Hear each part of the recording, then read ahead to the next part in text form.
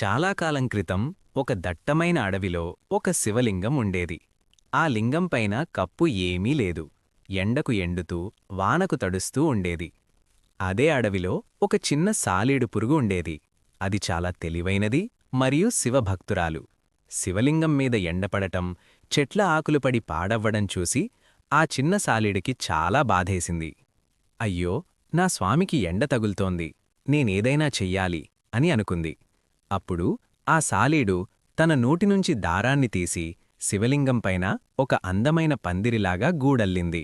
ఆ గూడు ఎంత మందంగా ఉందంటే ఎండగాని, వర్షంగాని, చెత్తగాని శివలింగం మీద పడకుండా అడ్డుకునేది. అది చూసి శివుడు చాలా మురిసిపోయాడు. కాని ఒకరోజు ఒక పెద్ద ఏనుగు అక్కడికి వచ్చింది.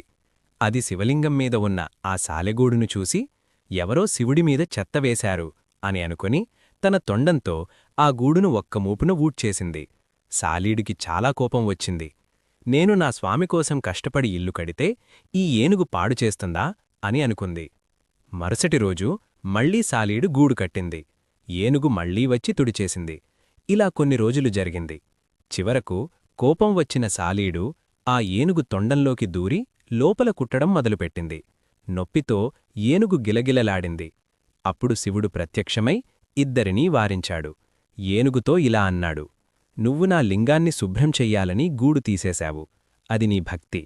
కాని ఈ చిన్న సాలీడు నాకోసం తన ఇల్లనే త్యాగం చేసి ఒక గొడుగులా అల్లింది.